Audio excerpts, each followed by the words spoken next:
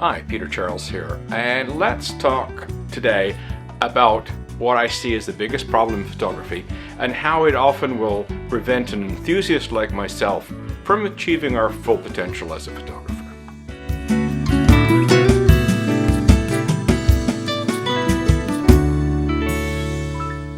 Okay, not to make you wait too long, I'll simply put it this. The biggest problem we have in photography today is the technology. At the same time, the technology is its biggest plus, its biggest benefit.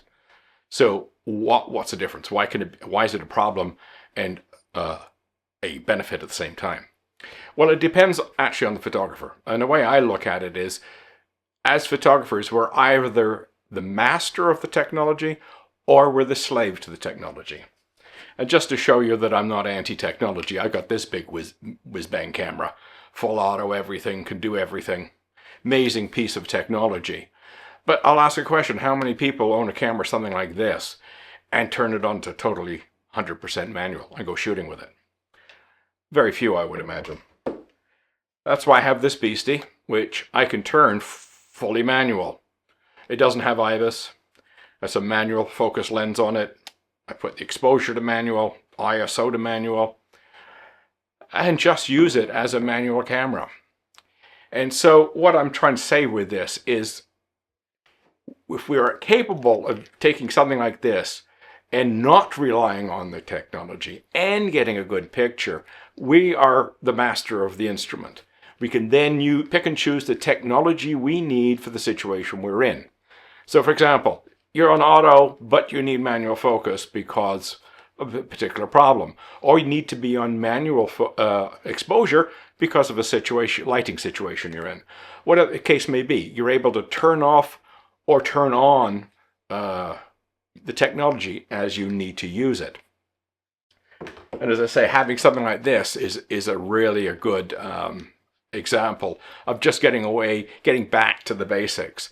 I mean, I think if somebody wants to do this, get yourself an old manual focus lens, slap it on the front of a Fujifilm XE1, which should be available real cheap these days, and just go take pictures with it and get away from the technology.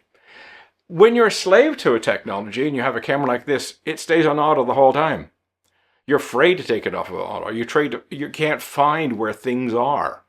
For example, a lot of lenses don't have aperture rings these days.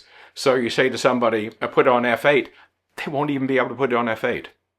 With a camera like this, you can find it real easy. But this camera, how to put it on aperture priority, then put it to f8, can defeat people. And that's what I mean by being a slave to the technology. It gets in the way of them being able to take pictures instead of enhancing their ability to take pictures. So really, the suggestion here is that a lot of people overbuy.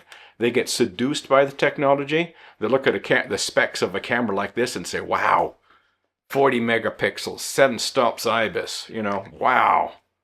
That's a camera I want. And then they can't really use it properly because they're either intimidated by the technology or they just can't find stuff in the camera. I mean, a lot of it's buried in the menu because there's so much stuff. And then you have to pick through it. I actually, even though I know a lot of the functionality of this camera and I know a lot about the menu, I still find myself sitting down in my chair and just scrolling through the menu to find the option I'm looking for because it's buried in there somewhere. I know it's there. So, bottom line. If you can take your camera and pick and choose, cherry pick the technology you need to take the shot and be able to switch it on and off, you're in control of the technology. If you have no idea how to do these things and you're just dependent on shooting on full auto, well, the technology is defeating you because it's so complicated. At the same time, you're not getting any benefit from the technology really, because you could take this camera on full auto, or I could take a little point and shoot camera on full auto and get the same picture. Yeah, I know there's a difference in the sensor size, but you get essentially the same picture. So I mean, why not run around with a little point and shoot?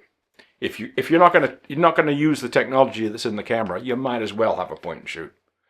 So bottom line here is, if you're gonna get a big, expensive, complicated camera full of technology, The thing is to learn how to use it without the technology. Then you're in control of it. You know how to turn it on, turn it off, cherry pick what you need, and you're able to respond to the situation. If you're dependent on it being on auto all the time, you're a slave to the technology, and you'll never really develop your photographic instincts to produce great images. And that's the bottom line.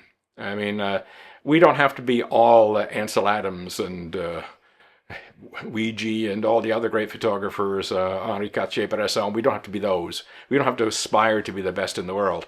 It's just the idea of being able to take pictures that satisfy us, and sometimes the technology does get in the way of doing that. So if you've ever had a picture and it didn't turn out the way you thought it should, you didn't turn out the way you saw it, that's probably because the technology got in the way. So give that some thought and pull out the manual and figure out how to get that camera off of automatic. Cheers.